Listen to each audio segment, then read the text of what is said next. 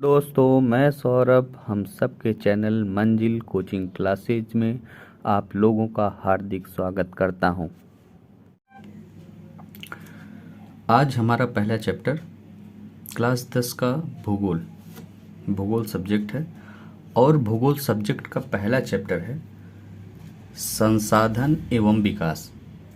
ठीक, तो आज हम संसाधन एवं विकास, उसके विकास के बारे में बात करेंगे। ठीक है, तो संसाधन क्या होता है पहले इसको देख लेते हैं। संसाधन हमारे पर्यावरण में उपलब्ध प्रत्येक वस्तु जो हमारी आवश्यकताओं को पूरा करने में प्रयुक्त की जाती हैं, चाहे वह प्राकृतिक हो या कृत्रिम, उसे हम संसाधन कहते हैं।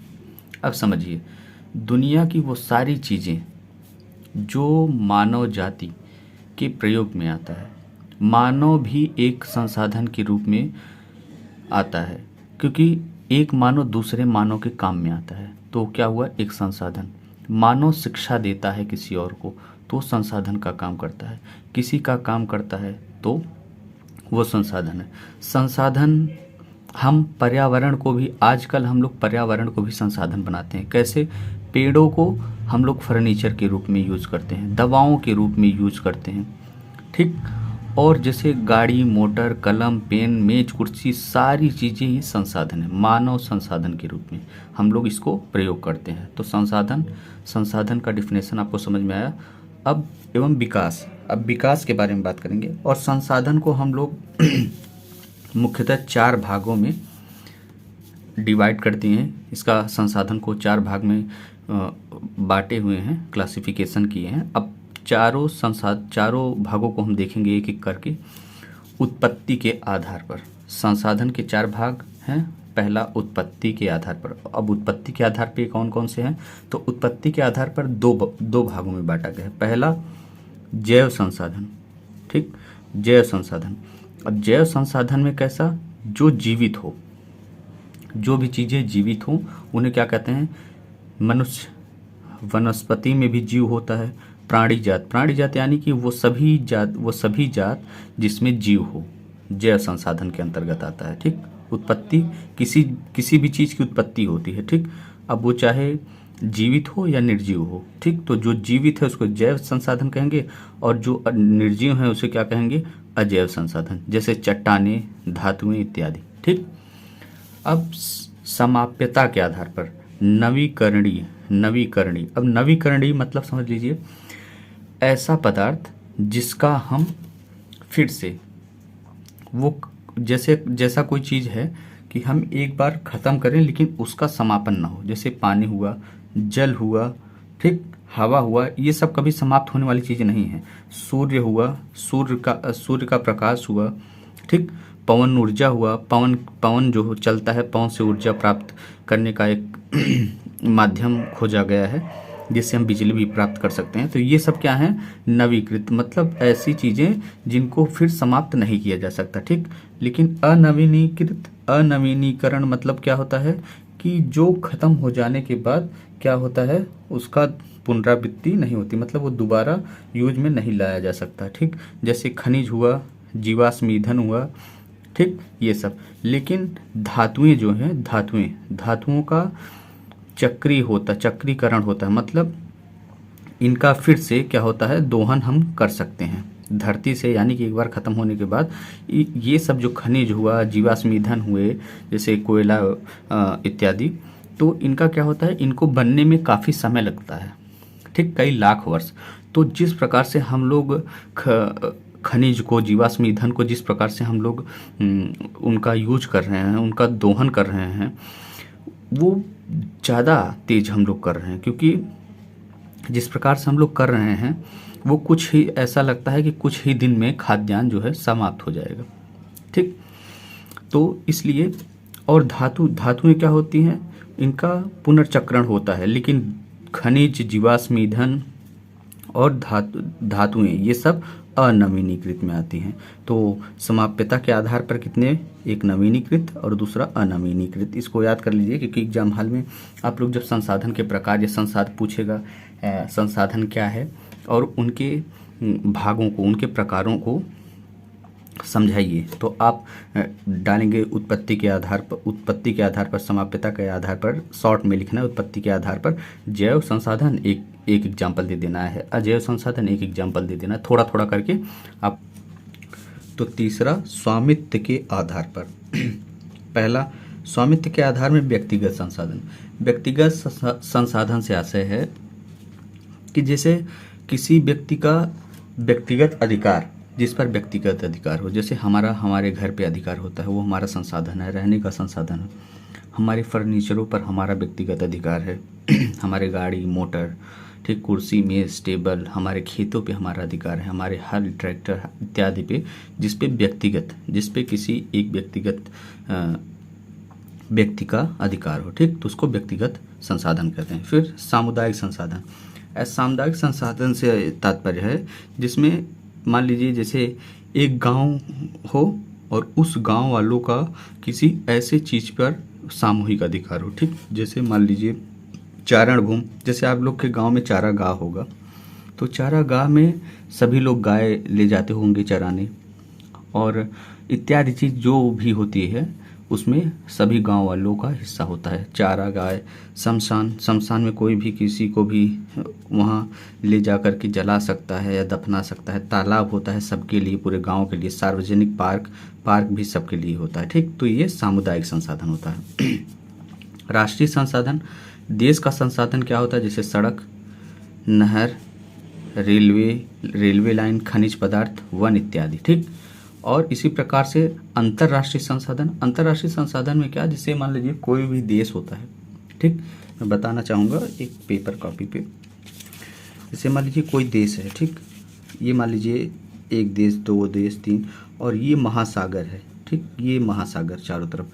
तो हर देश का एक अधिकार क्षेत्र होता है कि इतने मील तक ये समुद्र आपके कब्जे में होगा, और इसमें आप चाहे कुछ भी कर सकते हैं, चाहे परमाणु परीक्षण कर सकते हैं, चाहे इसमें कोई खनिज पदार्थ आप अंदर से निकाल सकते हैं, या इसमें नौकायान अभ्यास कर सकते हैं, इसमें ट्रेड कर सकते हैं, इससे किसी भी चीज़ का उत्पादन कर सकते हैं।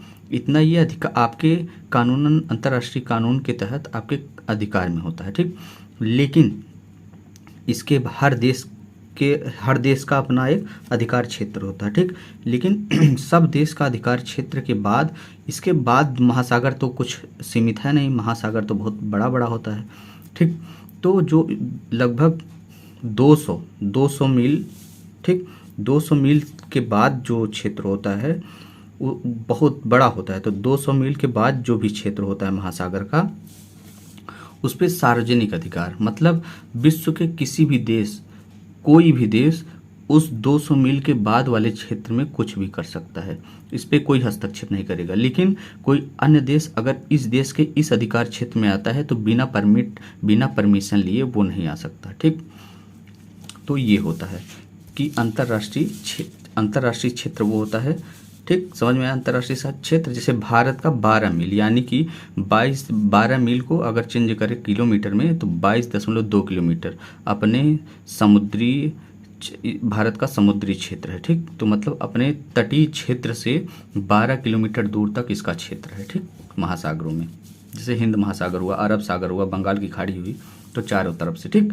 और चौथा भाग क्या है, विकास के स्तर पर के आधार पर विकास के स्तर के आधार पर। अब देखिए, अब विकास के स्तर पर क्या होता है, संसाधन को हम देख रहे हैं। संसाधन को मैंने 4 भाग में बांटा था। पहला बताया था उत्पत्ति के आधार पर, दूसरा समाप्यता के आधार पर, तीसरा स्वामित्व के आधार पर, और चौथा विकास के आधार पर। मैं ये जो बुक में दिया गया चीज़ें हैं, जो बुक में दिया गया है, उसका मैं सार ये बता रहा हूँ। एक शॉर्ट नोट्स आपको तैयार करा रहा हूँ, आप इसको बार बार पढ़िए। इससे बाहर क्वेश्चन आपको एग्जाम हॉल में कभी नहीं पूछेगा। और लास्ट में मैं इस चैप्टर में संभावित जितने भी क्वेश्चन बनेंगे मैं आपको एक पेज में लिख करके दूंगा, ठीक। और उसको उतना क्वेश्चन आप लोग हल करिएगा। हर चैप्टर पे मैं ऐसे ही इसी प्रक्रिया से क्वेश्चन कराऊंगा। और इसके बाद अपना शॉर्ट नोट्स पढ़िए। फिर बुक को भी पढ़ना अनिवार्य है, क्योंकि बिना बुक के आप कुछ भी नहीं कर सकते। आप बुक बार बार पढ़िए और नोट्स इसको समझिए और नोट्स को बार बार पढ़िए। और पूरे वीडियो को आप देखिएगा ध्यान से, ठीक। इसके बाद एक बार ना समझ में आया, दूसरी बार वीडियो देखिएगा। अगर आप वीडियो देखते हैं ध्यान से तो आपको 100% समझ में आएगा। आप संसाधन जान लिए क्या होता है।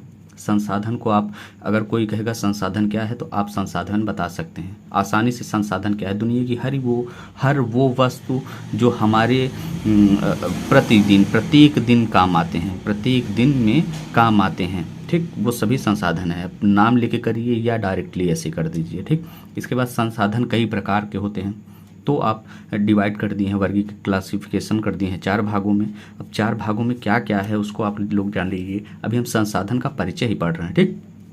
फिर आगे आने वाले सभी चीज़ों पे मैं जो बुक में दिया गया है टॉपिक पे हर जो मतलब हेडलाइन जो दिया गया है टॉपिक में, हर चीज़ का हेडलाइन, तो हेडलाइन के माध्यम से हम बताएंगे, ठीक। तो दिया गया होगा, देखिए संसाधनों के प्रकार। आप जब बुक पढ़ेंगे देखेंगे, पहले संसाधन और विकास का परिचय, फिर संसाधन के प्रकार, अब उसके बाद हम प्रकार देख रहे हैं। फिर चौथा प्रकार है विकास के स्तर के आधार पर, ठीक। तो पहला क्या है इसमें, संभावित संसाधन। संभावित संसाधन वे संसाधन जो देश में है पर उनका उपयोग नहीं किया जा रहा है, मतलब एक संभावना जताया जा रहा है। जैसे मान लीजिए हमने पहले ही जिक्र किया है कि कोई भी जैसे कोयला, मान लीजिए कोयला हो गया, पेट्रोल हो गया, तेल हो गया और प्राकृतिक गैस हो गई, ये सब अधिक से ज़्यादा यूज किए जा रहे हैं, ठीक।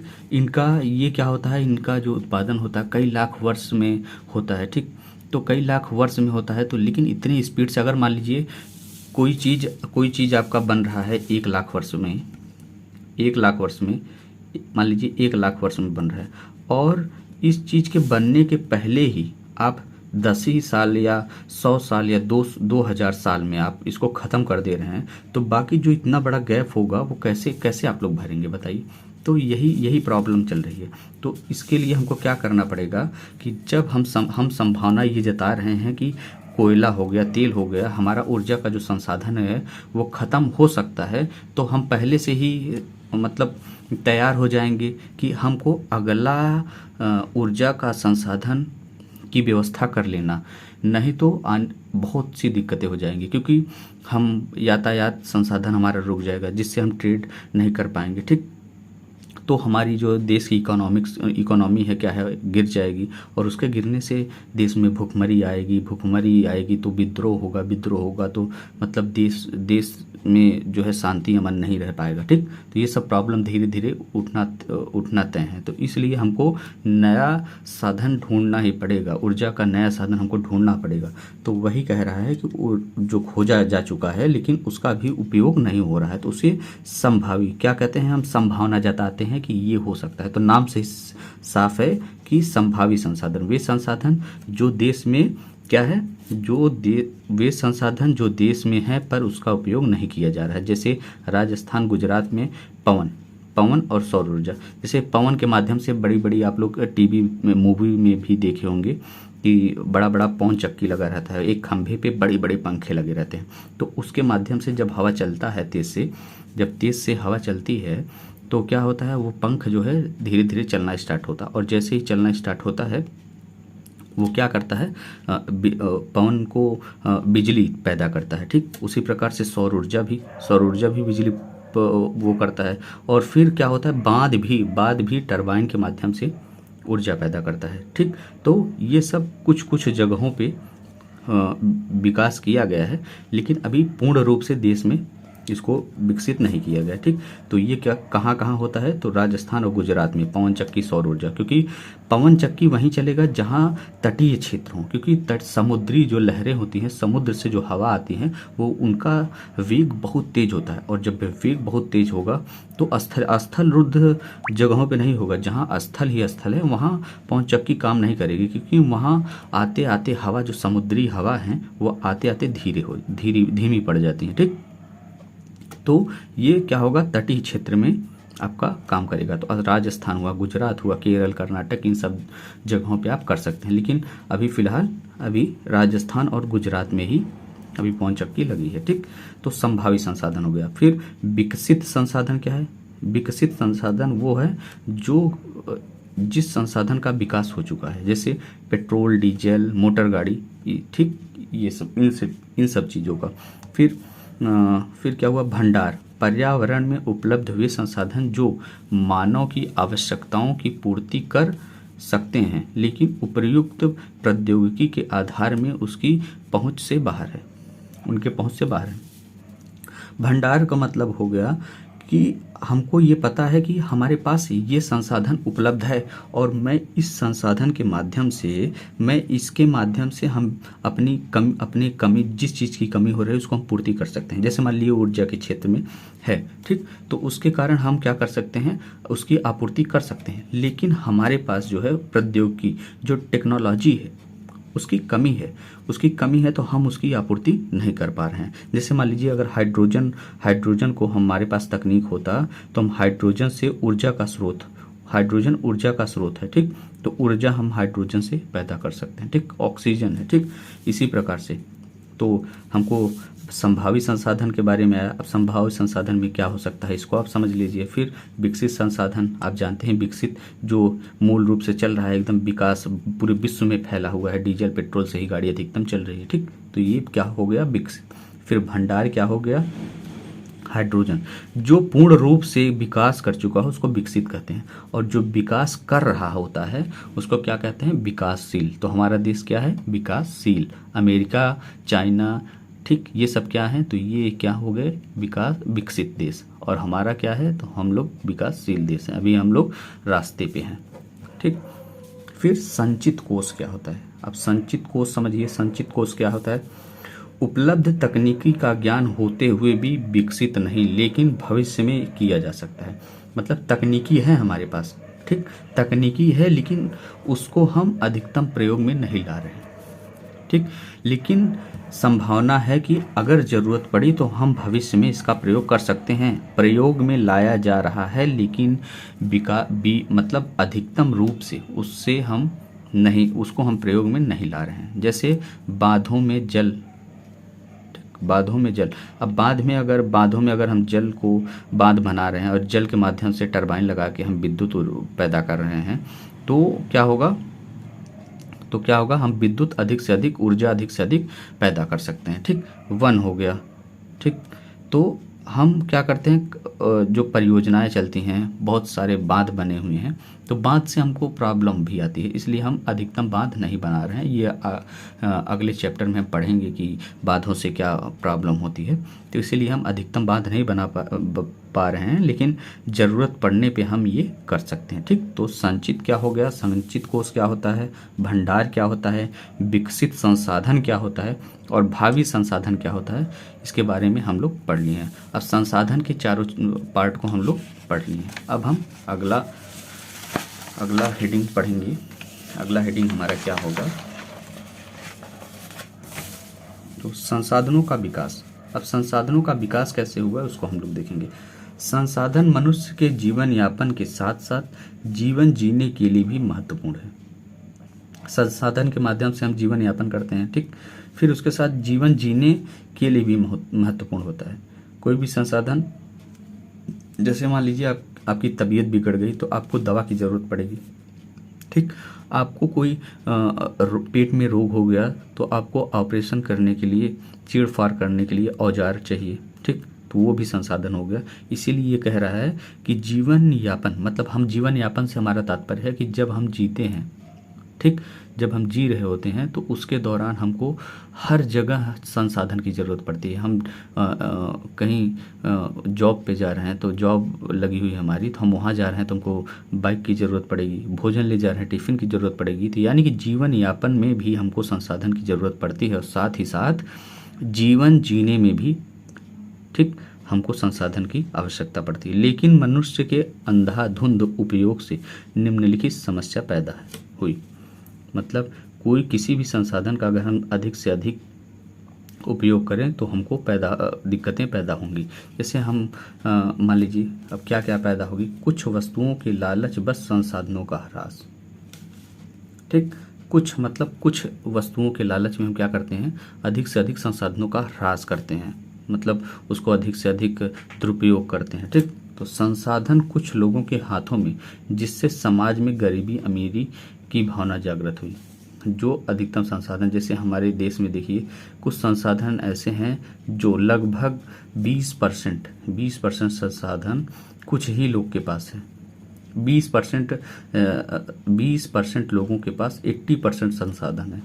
अब सोचिए 80% जो लोग हैं, अब जो 80% लोग हैं उनके पास क्या है, सिर्फ और सिर्फ 20% संसाधन है। अब ये समझ लीजिए इतना बड़ा अंतर है। तो इससे क्या होगा, हमारे समाज में गरीबी बढ़ेगी। ठीक, तो संसाधन को हम समान रूप से वितरण करें तो हमारा समाज क्या होगा, सुचारू रूप से चलेगा। ठीक, अब संसाधन के अंधाधुंध शोषण से वैश्विक परिस्थितियां संकट पैदा हो गया, जैसे भूमंडलीय तापन। ठीक, भूमंडलीय तापन, ओजोन परत क्षरण, पर्यावरण प्रदूषण और भूमि निम्नीकरण। ठीक, तो अब हम एक एक शब्द समझेंगे। इससे क्या, भूमंडलीय तापन क्या होता है। अब भूमंडलीय तापन क्या होता है, इसको समझिए। क्या होता है, जब हम अधिक से अधिक कोई चीज़, हमारे वायुमंडल में कार्बन डाइऑक्साइड की मात्रा बढ़ रही है, जिससे हमारा भूमि क्या है, अधिक गर्म हो रहा है। ठीक, अधिक गर्म होने से क्या होगा कि पृथ्वी जब गर्म होगी, ठीक, तो क्या होगा, पृथ्वी गर्म होगी तो इससे क्या होगा कि हमारी जो भूमि में जलस्तर जो है वो क्या, हमारी धरती क्या होंगी, गर्म होंगी, और धीरे धीरे जो जलस्तर होगा नीचे से वो भाप के माध्यम से ऊपर उठ जाएगा। ठीक, और नीचे पानी की कमी हो जाएगी। और इससे क्या होगा कि भूमंडलीय तापन के कई रूपों में देखा जा सकता है। भूमंडलीय तापन के कई स्रोत हैं। भूमंडल क्यों गर्म हो रहा है, तो हम इस बहुत से पर्यावरण प्रदूषण हैं। जैसे हम लोग क्या करते हैं कि औद्योगिकीकरण में जो औद्योगिक फैक्ट्रियों से जो गंदे मलबे निकलते हैं वो कहाँ जाते हैं, नदियों में बहते हैं, महासागरों में बहते हैं। तो इससे क्या होता है, हमारा जल प्रदूषण होता है। ठीक, इसी प्रकार से बहुत सारे भूमंडलीय तापन मतलब कि पृथ्वी गर्म हो रही है तो जल का स्तर ऊपर जा रहा है। अनेक प्रकार से पर्यावरण प्रदूषण हो रहा है। ओजोन परत क्या हो रहा है, ओजोन परत का क्षरण हो रहा है, जिससे सूर्य की विकिरण पराबैंगनी किरणें जो है नीचे आ रहे हैं, जिससे हमको कैंसर रोग, त्वचा रोग, ये सब प्रॉब्लम देखने को मिलता है। पर्यावरण प्रदूषण भी हो रहा है। हमारे अनेक प्रकार से पर्यावरण प्रदूषण होता है। भूमि निम्नीकरण, यानी कि भूमि निम्नीकरण कैसे होता है कि अधिक से अधिक हम सड़क का निर्माण कर रहे हैं, अधिक से अधिक हम घर औद्योगिक का निर्माण कर रहे हैं। फिर इसके बाद अधिक सिंचाई करने से, अधिक चारागाहों को गायों के माध्यम से या किसी भी चीज़ों से उसको हम प्रयोग में ला रहे हैं। ठीक, तो भूमि निम्नीकरण कई प्रकार से होता है। ठीक, तो ये सब होता है। क्या होता है, संसाधनों का विकास। अब यहाँ हमने पढ़ा कि संसाधन को विकसित तो किया जा सकता है, लेकिन उसके कई कारक ऐसे हैं जो हमको जो संसाधन को हानि पहुंचाते हैं। ठीक, और सबका कारण क्या है, मनुष्य। संसाधनों का समान वितरण क्या आवश्यक है। जी हाँ, संसाधन ये पूछ रहा है क्वेश्चन के माध्यम से हम पूछ रहे हैं। बीच बीच में हम क्वेश्चन देते रहेंगे तो आप एनालिसिस कर सकते हैं अपने आप को। संसाधन का समान वितरण क्या आवश्यक है। क्या समाज में संसाधन का समान वितरण, सभी गरीब अमीर सभी को समान वितरण की आवश्यकता है। तो आप सोचिए और इस पे लिखिए, सतत पोषणीय विकास क्या है। अब सतत पोषणीय विकास हम आगे बताएंगे, सतत पोषणीय विकास क्या है, तो इसको ध्यान में रखे रहिए। रियो डी जेनेरियो पृथ्वी सम्मेलन 1952, ये एक सम्मेलन है। ठीक, और कहाँ हुआ था, ब्राज़ील में। ब्राज़ील एक देश है, वहाँ रियो डी जेनेरियो एक शहर है, वहाँ पे पृथ्वी सम्मेलन हुआ था प्रदूषण को लेकर के।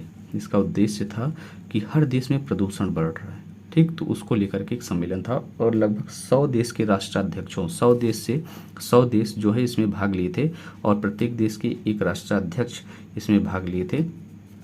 प्रथम अंतर्राष्ट्रीय पृथ्वी सम्मेलन थी ये, प्रदूषण को लेकर प्रथम सम्मेलन था। कि उद्देश्य क्या था, पर्यावरण संरक्षण, सामाजिक आर्थिक विकास। ठीक, समाज में सामाजिक हो, ठीक, सामाजिक का विकास, समाज विकास से तात्पर्य है कि हमारे जो समाज में रूढ़िवादिता हैं, जो परंपरागत रूढ़िवादिता हैं उसको दूर करने का। जैसे हम लोग पिछड़े लोगों को, कुछ उच्च जातियाँ कुछ निम्न जातियों को दबाए रखती हैं, ठीक। उनको शिक्षा का अधिकार नहीं देती थी, मंदिरों में जाने का अधिकार नहीं देती थी, छुआछूत स्पृश्यता को समाज में लागू कर रखी थी।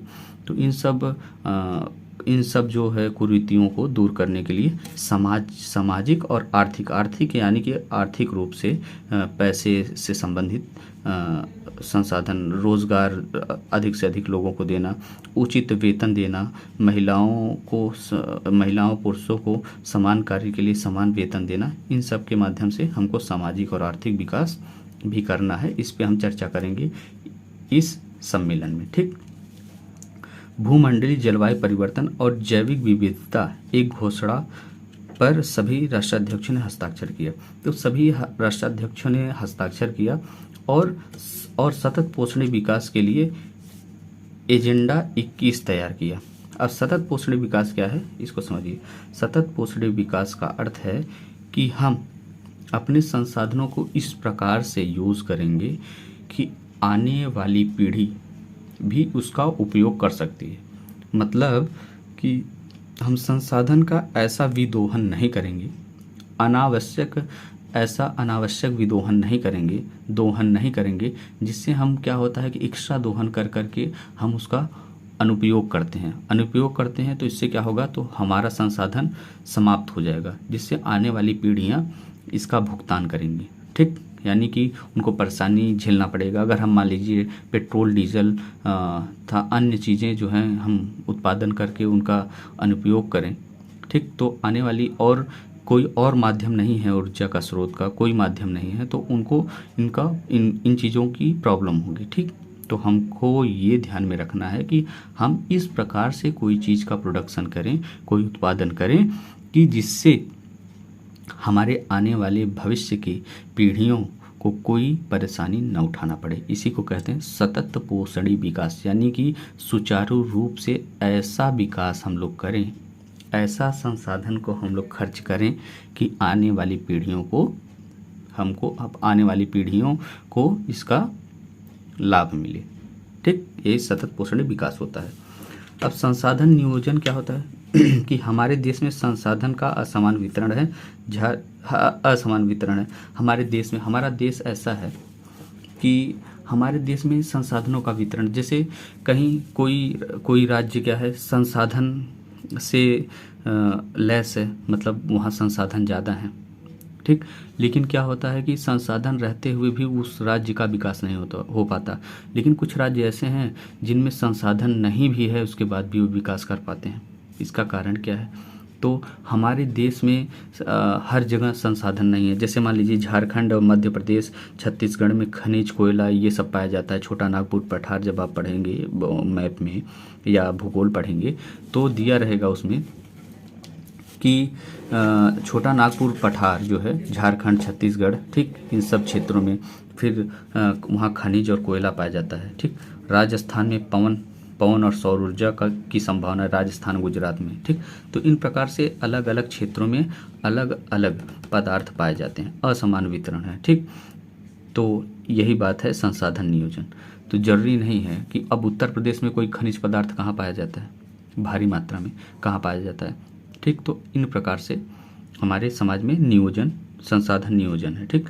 क्या आप संसाधन संपन्न परंतु आर्थिक रूप से पिछड़े, संसाधन विहीन परंतु आर्थिक रूप से विकसित प्रदेशों के नाम बता सकते हैं? यही हमने क्वेश्चन अभी किया था कि संसाधन नहीं भी रहने के बाद उस राज्य का विकास हुआ है और संसाधन रहने के बाद उस राज्य का विकास नहीं हुआ है। इसका कारण क्या है? क्या ऐसे राज्यों को आप लोग बता सकते हैं?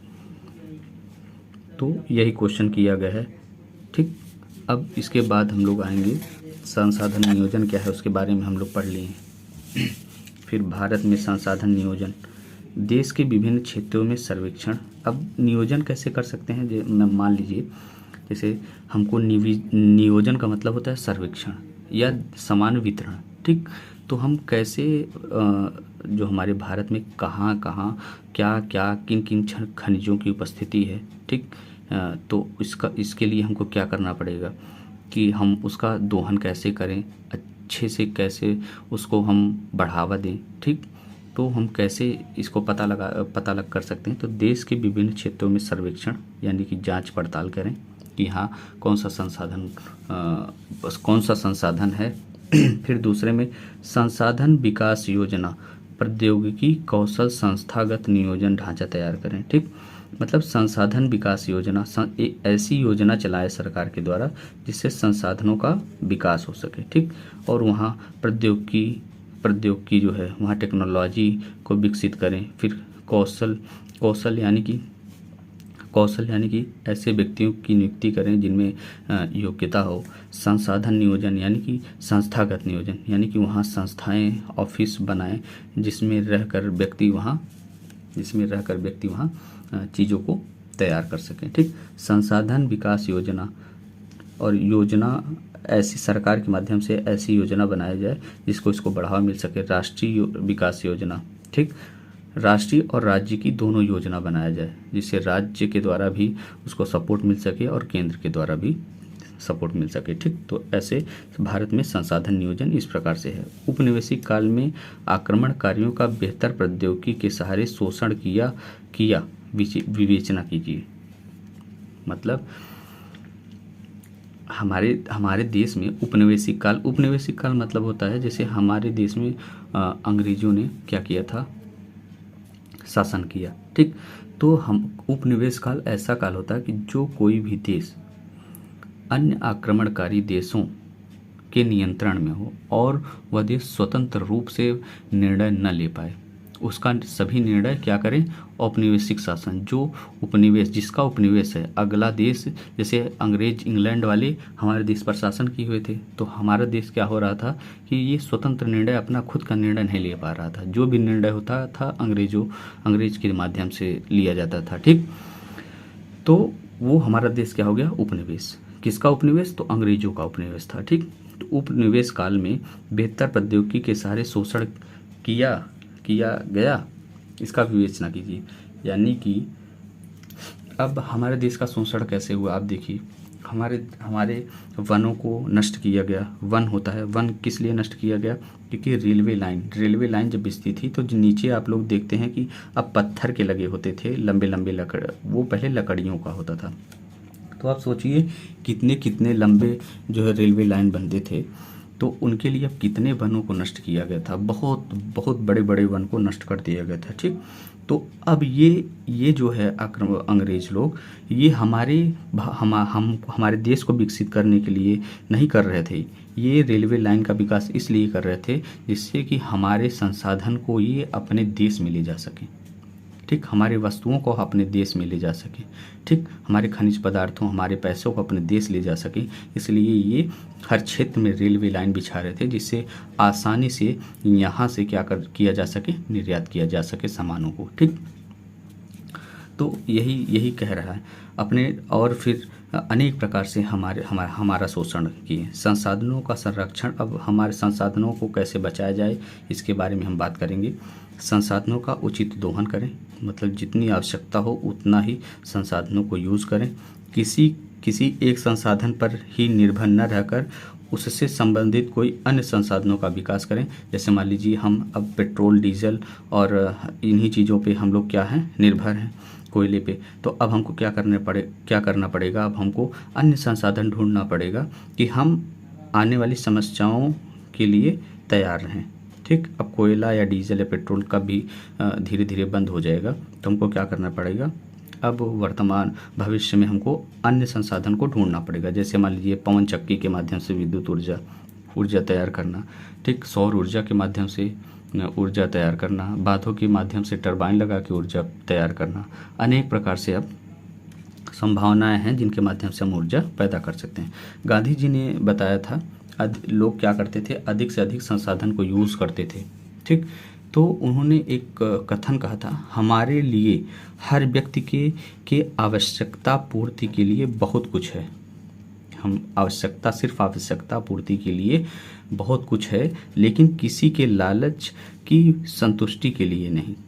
मतलब ये पर्यावरण के संदर्भ में कह रहे हैं कि पर्यावरण कह रहा है कि हमारे लिए हमारे पास तुम्हारा पेट, मतलब यहाँ देखिए दूसरे रूप में क्या कर रहे हैं, अर्थात हमारे पास पेट भरने के लिए है पर पेटी भरने के लिए नहीं। मतलब पर्यावरण कह रहा है कि हमारे पास क्या है, पेट भरने के लिए है लेकिन पेटी भरने के लिए नहीं है। और अगर आप पेटी भरेंगे तो संसाधन क्या होगा, ख़त्म हो जाएगा और इस चीज़ का आपको भुगतान करना पड़ेगा। अगर संसाधन नहीं रहेगा तो परेशानी हमको नहीं बल्कि आपको भुगतना पड़ेगा। अब संसाधन के बारे में हम लोग पढ़ लिए हैं। अब संसाधन क्या होता है, फिर संसाधन को कितने रूपों में बांटा गया, संसाधन का नियोजन यानी कि इनका वितरण क्षेत्र कहाँ कहाँ है। अब संसाधन कैसे क्या हुआ कि संसाधन कैसे अब नष्ट हो रहा है, तो उसकी भरपाई करने के लिए हमको भावी समय में संसाधन को कैसे विकास किया जाए, इन बारे में क्वेश्चन भी बन सकता है कि संसाधन तेलों, जैसे मान लीजिए तेल खत्म होने की कगार पर है, तो भावी समय में किन संसाधनों का विकास करें जिससे समस्याएं न खड़ी हो, विवेचना कीजिए।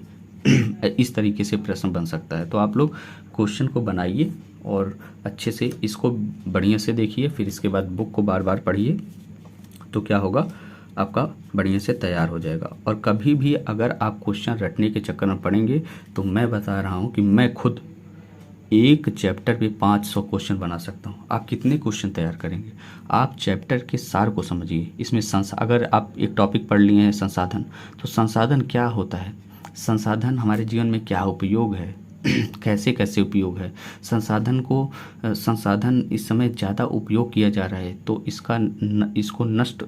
ये एक समय ऐसा आएगा कि संसाधन नष्ट हो जाएगा तो हमारे जीवन पर क्या प्रभाव पड़ेगा। संसाधन नष्ट होने के पहले हम ऐसे तकनीकी विकसित करें जिससे हमको आने वाले समय में हमको प्रॉब्लम ना खड़ी हो, ठीक, प्रॉब्लम ना क्रिएट हो।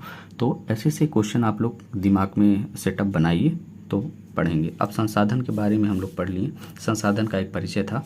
अब भू संसाधन क्या होता है, भूमि से मिलने वाली प्रत्येक वस्तुएं भू संसाधन कहते हैं। मतलब भूमि से जो भी पैदा हो, जो भी मिले, वो क्या होती है, भू संसाधन। जैसे प्राकृतिक बंदरगाह, खनिज, तेल इत्यादि, ठीक।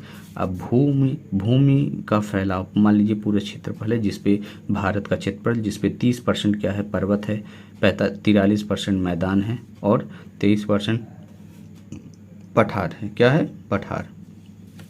अब भूमि का उपयोग किस रूप में किया जाता है, भूमि का उपयोग किन किन रूपों में किया जाता है। वन के रूप में किया जाता है, कृषि के लिए उपलब्ध भूमि कृषि के लिए उपलब्ध भूमि, अनुपलब्ध भूमि, मतलब कि ये कृषि के लिए उपलब्ध भूमि नहीं है। कि एक तो वन हो गया, वन के रूप में हमारी धरती को प्रयोग किया जाता है, हमारे पृथ्वी को प्रयोग किया जाता है। दूसरा कृषि के लिए अनुपलब्ध है कि इसमें कृषि नहीं किया जाता, लेकिन ये उपलब्ध है तो किन रूपों में, बंजर जिसमें देखते हैं आप लोग ज़मीनें सफ़ेद हो जाती हैं, चूने की मात्रा अधिक पाई जाती है उसमें, तो वो बंजर हो गया। इमारतें, लकड़ी, उद्योग, ठीक, सड़कें, जैसे मान लीजिए जहाँ सड़क बना वहाँ तो हम कृषि कर नहीं सकते, जहाँ घर बना वहाँ हम कृषि कर नहीं सकते, जहाँ उद्योग फैक्ट्रियाँ हैं वहाँ हम कृषि कर नहीं सकते, जहाँ बंजर भूमि है वहाँ कृषि हम कर नहीं सकते, इसीलिए इसको कहा गया कृषि के लिए अनुपयुक्त भूमि, ठीक। तो 2 हो गया, अब इसको ध्यान में रखे रहिएगा। अब भूमि उपयोग किन किन रूपों में किया जाता है। तो अब तीसरा, परती भूमि के अतिरिक्त भूमि, मतलब पर ये क्या है कि कृषि के लिए अनुपयुक्त भी नहीं है, और परती भूमि के अतिरिक्त, एक परती भूमि होगी और उसके एक अतिरिक्त भी होगा जहाँ चारागाह होगा, विविध वृक्ष होंगे, फसलों होंगे, उपवन होगा, उपयोग मतलब गार्डन, ठीक, इन सब चीज़ रहेंगी, ठीक। और फिर इसका अगला हम देखेंगे परती भूमि। एक परती के लिए क्या था, हमने देखा था परती भूमि के अतिरिक्त भूमि, क्या था, परती भूमि के अतिरिक्त भूमि था, ठीक। अब एक परती भूमि 2 प्रकार के होते हैं। एक वर्तमान परती, ऐसा परती जिनमें जो है जिन भूभाग में लगभग 1 साल कृषि न हुई हो, उसमें कृषि कर सकते हैं, खेती कर सकते हैं, लेकिन 1 साल तक कृषि नहीं करते। बहुत कारणों से लोग खेती नहीं करते 1 साल तक, उसको वर्तमान कृषि। लेकिन अधिक समय तक प्रति, यानी कि 1 से 5 साल तक जो प्रति पड़ा रहे, उसको अधिक समय तक की प्रति कहते हैं। ठीक, तो प्रति 2 प्रकार से होता है। फिर कृषि योग्य भूमि, जिसमें खेती किया जाता है। तो इतने रूपों में हम धरती को प्रयोग में लाते हैं। ठीक, तो भारत में भूमि उपयोग के प्रारूप क्या क्या प्रारूप हैं? भू उपयोग को निर्धारित करने वाले तत्वों में भौतिक कारक जैसे भू आकृति, जलवायु, मृदा के प्रकार तथा मानवीय कारक, ठीक, जनसंख्या घनत्व, प्रौद्योगिकी क्षमता, संस्कृति और परंपराएं। ठीक, मतलब हम भूमि को भारत में भूमि उपयोग के प्रारूप, अब क्या क्या जैसे हैं भू आकृति। अब भारत की आकृति कैसी है, भू आकृति वहाँ की कैसे हैं? कहीं कहीं पहाड़ हैं, तो कहीं कहीं प्रायद्वीप है, कहीं पठार है, कहीं मैदान है, कहीं मरुस्थली है, तो इसको हम क्या कहते हैं? भू आकृति। वहाँ की जलवायु, हमारे यहाँ की जलवायु कैसी है? उष्णकटिबंधीय जलवायु है। मृदा कई प्रकार के पाए जाते हैं, लाल मृदा, लेटराइट मृदा, पीली मृदा, काली मृदा, जलोढ़ मृदा, ठीक, अनेक प्रकार की मृदाएं पाई जाती हैं। मानवीय कारक क्या है कि मानव द्वारा हस्तक्षेप कैसे कैसे समाज में किया जाता है पृथ्वी पे। जनसंख्या घनत्व, यानी कि जनसंख्या कितनी जनसंख्या है समाज में, ये भी डिपेंड करता है, यानी कि भू उपयोग के प्रारूप में, मतलब भूमि उपयोग में ये सब ऐसे कारक हैं किस प्रकार से वहाँ किया जाता है। औद्योगिक क्षमता क्या है, वहाँ की संस्कृति कैसी है, फिर परंपराएं कैसी हैं, ये सब इसमें मैटर करता है। ठीक, तो भारत के 93% भूभाग के ही आंकड़े हैं, यानी कि जो भारत के मान लीजिए पूरे भारत है, ये पूरा भारत है, इसके सिर्फ और सिर्फ 93% भूभाग का हमारे पास क्या है? आंकड़ा है। अब बाकी इतना जो है उसका नहीं है। क्यों नहीं है? क्योंकि इतना भाग जो है चीन, पीओके और जो पाकिस्तान और चाइना के कब्जे वाली ज़मीन है, उसके बारे में भारत के पास कोई आंकड़ा नहीं है। ठीक, तो फिर इसके बाद पंजाब में बोया गया क्षेत्र। अब देखिए हमारे यहाँ क्या होता है कि क्षेत्र तो बहुत हैं, लेकिन कहीं कहीं वन है, कहीं कहीं मरुस्थल है, कहीं कहीं पर्वत है, कहीं कहीं पठार है, तो कहीं कहीं क्या है कि मरुस्थल भी है जहाँ खेती नहीं की जा सकती। तो कई कई राज्य तो क्षेत्रफल में बहुत बड़े हैं, लेकिन वहाँ क्या होता है कि खेती बहुत कम होती है। जैसे मान लीजिए पंजाब का जितना भी क्षेत्र है, उसके पूरे क्षेत्र का 80% क्षेत्र पर क्या होता है? कृषि होता है। लेकिन अरुणाचल प्रदेश, देखिए अरुणाचल प्रदेश बहुत बड़ा है, फिर मिजोरम, मणिपुर, अंडमान में, इन सब पूरे इनका जो राज्य है, इसमें सिर्फ और सिर्फ 10% से भी कम खेती होती है। ठीक, तो अब फिर एक क्वेश्चन देखिए, इन राज्यों में शुद्ध बोए गए क्षेत्र के कम अनुपात के लिए उत्तरदायी कारण बताइए। क्या कारक हैं कि क्यों ये लोग जो है यहाँ कम खेती की जा रही है, क्यों की जा रही है? तो क्या क्या कारण है उसको बताइए कि वहाँ पर्वत है, पठार है, वन अधिक है, ठीक, जिनके माध्यम से हम वहाँ जो है खेती के लिए अनुकूल भूमि नहीं है। ठीक, तो ऐसे ऐसे कारण, बहुत से कारण हैं, आप पॉइंट करके लिख सकते हैं एग्जाम हॉल में। ऐसा अगर क्वेश्चन आया तो आप थोड़ा सा इंट्रो दे सकते हैं, इसके बाद पॉइंट करके लिख सकते हैं। वहाँ पर्वतीय क्षेत्र है, वन अधिक पाए जाते हैं, भूमि कृषि के लिए उपयुक्त नहीं है। ठीक, ऐसे ऐसे पॉइंट करके आप लोग लिख सकते हैं। तो राष्ट्रीय वन नीति क्या है? राष्ट्रीय वन नीति एक कानून है जिसके माध्यम से ये लक्ष्य रखा गया कि भारत की पारिस्थितिकी तंत्र को बनाए रखने के लिए लगभग जो है भारतीय क्षेत्र में 33% वन अनिवार्य है, लेकिन इस समय वर्तमान में 22.6% लगभग यहाँ वन है। जो देखा जाए तो न्यूनतम, ये कहा गया है न्यूनतम % रखा गया है, लेकिन उसका भी ये पूर्ति नहीं कर पा रहा है। यानी कि अगर देखा जाए तो भारत में वन क्षेत्र बहुत ही कम है। तो भारत में कहा गया कि पारिस्थितिकी संतुलन बनाए रखने के लिए 33% भूभाग पर वन होना चाहिए, अनिवार्य है। ठीक, यही राष्ट्रीय वन नीति यही कहता है। ठीक, भूमि निम्नीकरण और संरक्षण के उपाय। अब भूमि निम्नीकरण क्या है, अब उसको समझिए। भूमि निम्नीकरण ऐसा है कि हम भूमि का ऐसा उपयोग कर रहे हैं कि जो कृषि का सिकुड़ता रूप है।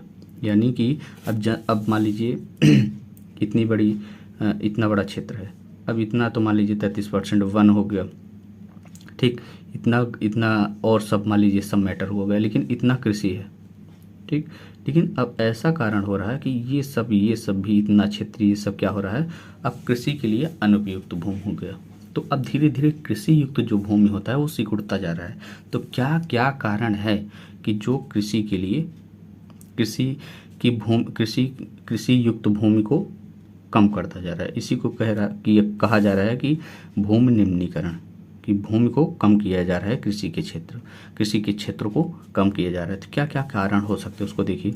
वनोन्मूलन, जैसे वन उन्मूलन किया जा रहा है, तो मतलब जैसे वन को काटा जा रहा है, झूम खेती की जा रही है, भूमि उन्मूलन। झूम खेती क्या होता है कि जैसे वन है, वन को ये पूर्वोत्तर राज्य में जैसे हुआ, अरुणाचल प्रदेश हुआ, असम हुआ, मेघालय हुआ, नागालैंड हुआ, मणिपुर हुआ, त्रिपुरा, मिजोरम, इन सब राज्यों में क्या होता है, झूम खेती होती है, ठीक। तो झूम खेती ऐसा होता है कि वहाँ के जो आदिवासी या जनजाति लोग होते हैं वो क्या करते हैं, जाते हैं जंगलों में और जंगल के बड़े भूभाग को साफ कर देते हैं, यानी कि जला देते हैं और वहाँ खेती कर लेते हैं। एक बार खेती कर लिया, फिर वहाँ से फसल को काट के अपना फसल लेके वहाँ से चले गए, फिर उसको छोड़ देंगे ऐसे ही। फिर क्या करेंगे, कुछ दूर पे गए, वहाँ वन साफ किया और वहाँ खेती किया, ठीक। इस प्रकार से वहाँ स्थानांतरित कृषि करते हैं, मतलब एक जगह रह के नहीं। फिर यहाँ वन उगे, फिर यहाँ तैयार हुआ, फिर कुछ साल बाद यहाँ आएंगे, फिर यहाँ कृषि करेंगे, ठीक। तो इस प्रकार से किया गया कृषि क्या होता है, झूम खेती, ठीक। औपनिवेशिक काल में क्या हुआ था, हमारे वनों को नुकसान पहुंचाया गया था, ठीक। क्यों नुकसान पहुंचाया गया था, मैंने बताया था कि रेलवे लाइन का विकास हुआ, ठीक। अतिचारण मतलब पशुओं के द्वारा क्या किया जाता था, जमीन में अधिक पशुओं के द्वारा चारण किया जाता था, मतलब चराया जाता था उनको, जिससे भूमि को नुकसान पहुंचता था। खनन किया जाता था, और ये अतिचारण के लिए प्रभावित क्षेत्र कहाँ है, गुजरात, राजस्थान, मध्य प्रदेश, महाराष्ट्र, ठीक। लेकिन खनन से क्या होता था कि भूमि में जहाँ भी वो खनिज पाए जाते थे वहाँ बहुत नीचे तक खुदाई हुआ करती थी, ठीक। वहाँ से खनिज निकालने के बाद गड्ढे को ऐसे ही छोड़ दिया जाता था, जो क्या होता था, कृषि के लिए अनुपयुक्त। भूमि निम्नीकरण यानी कि भूमि को ऐसे रूप में छोड़ दिया जाता था जिसका कोई भी उपयोग नहीं किया जा सकता था, ठीक। इसी को कहते हैं भूमि निम्नीकरण। और ऐसा मैटर कहाँ कहाँ होता है, तो जहाँ जहाँ खनिज पाया जाएगा वहीं किया जाएगा। तो झारखंड, छत्तीसगढ़, मध्य प्रदेश, ये सब खनिजों का क्षेत्र है। और भारी मात्रा में निर्माण कार्य देखा जाए तो सड़क बन रहा है, घर बन रहा है, मतलब ऐसा भूमि को ऐसा प्रयोग किया जाना जिसमें कोई मतलब किसी प्रकार से और अन्य उपयोग नहीं किया जा सकता। अब अधिक जनसंख्या बढ़ेगी तो क्या होगा, भारी मात्रा में घर बनेंगे, सड़क बनेगा, औद्योगिकीकरण होगा, शहरीकरण होगा, ठीक, अन्य प्रकार से, जिससे भूमि का निम्नीकरण होता जा रहा है, ठीक। भूमि कम होता जा रहा है। भूमि क्या है, जनसंख्या के हिसाब से कम हो जा रहा है। निम्न मतलब कम, भूमि निम्नीकरण मतलब भूमि क्या होता जा रहा है, कम होता जा रहा है। तो क्या क्या कारण है, फिर प्रदूषण, औद्योगिक प्रदूषण क्या होता है, उद्योग से निकलने, फैक्ट्रियों से निकलने वाली प्रदूषण, मतलब जहरीली गैस, जहरीली जो पानी निकलते हैं वहाँ से, ठीक, इत्यादि जहरीली चीज़ें, उससे क्या होता है, प्रदूषण फैलता है। अधिक सिंचाई, किसी चीज़ का अधिक सिंचाई कर दीजिए तो वहाँ क्या हो जाता है, चूने की मात्रा अधिक मिलती है, जिससे क्या होता है, बंजर ज़मीन क्या होता है, बंजर हो जाता है, ठीक। जैसे पंजाब, हरियाणा, उत्तर प्रदेश, इन सब क्षेत्रों में। फिर क्या हुआ, फिर भूमि संरक्षण के उपाय कैसे किए जाए, तो वनारोपण, अत्यधिक वनों को बढ़ावा दिया जाए, वन अधिक से अधिक लगाया जाए। चारण मतलब पशुओं को कम चराया जाए, ठीक, उचित प्रबंधन किया जाए इसका। फिर पेड़ों की रक्षा, मेखला, जैसे मान लीजिए यहाँ ये उत्तर प्रदेश है, ठीक, ये उत्तर प्रदेश, अब यहाँ ये राजस्थान। तो राजस्थान में क्या है कि ये मरुस्थलीय क्षेत्र है, तो जब इधर अरब सागर से जब हवाएं चलती हैं और गर्मी के समय में लू चलती हैं तो बहुत बड़े बड़े चक्रवात उठते हैं। तो चक्रवात से क्या होता है कि यहाँ की जो धूल होती हैं, जो बालू वो होते हैं, वो धीरे धीरे उड़ उड़ के क्या हो रहे हैं, पश्चिमी उत्तर प्रदेश में फैल रही हैं और इधर क्या हो रहा है, मरुस्थलीकरण। ठीक, तो धीरे धीरे बढ़ता जा रहा है। तो ये कि मरुस्थलीकरण होगा तो यहाँ का जो प्रोडक्शन होगा, जो उत्पादन होगा फसलों का, वो क्या होता जाएगा, कम होता जाएगा। तो ठीक, तो क्या पेड़ों की रक्षा मेखला, तो यहाँ हम क्या कर सकते हैं, इसको रक्षा करने के लिए हम क्या कर सकते हैं, यहाँ जहाँ तक की रक्षा मेखला है, जहाँ तक मरुस्थलीकरण है इधर राजस्थान में, वहाँ हम क्या कर सकते हैं, एक लाइन से सटा करके क्या कर सकते हैं, पेड़ों की रक्षा मेखला कर सकते हैं, पेड़ लगा सकते हैं, ऊंचे ऊंचे पेड़ लगा सकते हैं, जिससे यहाँ से चलने वाली हवाएं यहाँ आकर के ही रुक जाए, यानी जो धूल कण इस तरफ जा रहे हैं यहीं रुक जाए। ठीक, इसको क्या कहते हैं, रक्षा मेखला।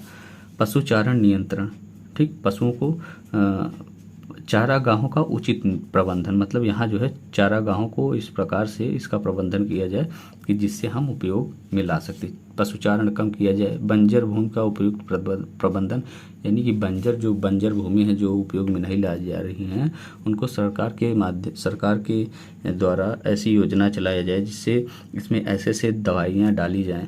ठीक, और उसको सरकार के तरफ से कुछ पैसा भी उपलब्ध कराया जाए जिससे भूमि को क्या किया जाए, कृषि योग्य बनाया जाए।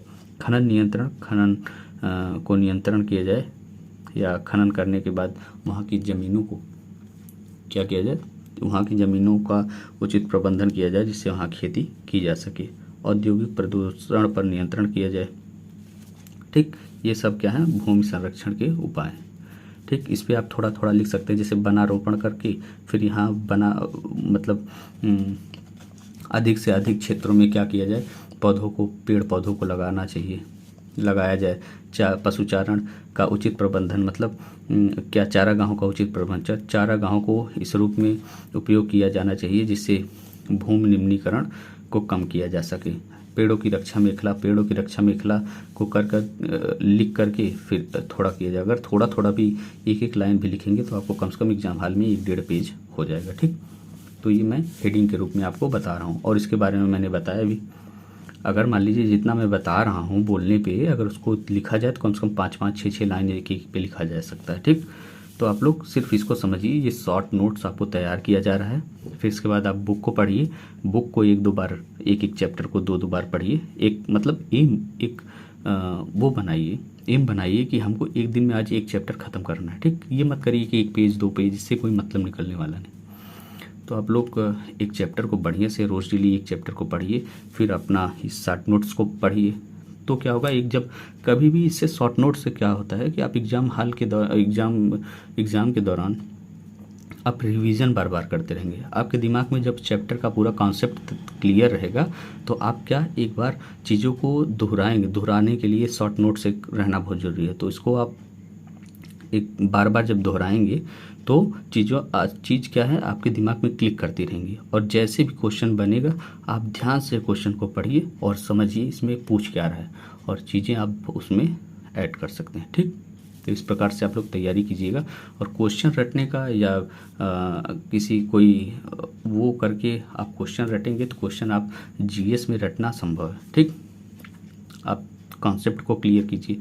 अब मैं सिर्फ मेरा समझाने का उद्देश्य यही है कि जैसे मृदा संसाधन क्या है, तो मृदा संसाधन का उपयोग क्या है, कैसे कैसे किया जाता है, कैसे हम क्या किया जाए कि मृदा संसाधन सुचारू रूप से चले, इसमें क्या क्या कारण हैं जो मृदा संसाधन को नुकसान पहुंचा रहा है। ठीक, मृदा संसाधन हमारे लिए क्यों उपयुक्त, क्यों महत्वपूर्ण है, हमको क्या क्या मृदा संसाधन से प्राप्त हो रहा है। ठीक, तो ये सब हमको दिमाग में हमको स्वयं से क्वेश्चन करना होगा। क्वेश्चन बार बार करिए अपने आप से तो ये तैयार हो जाएगा। ठीक, अब मृदा संसाधन क्या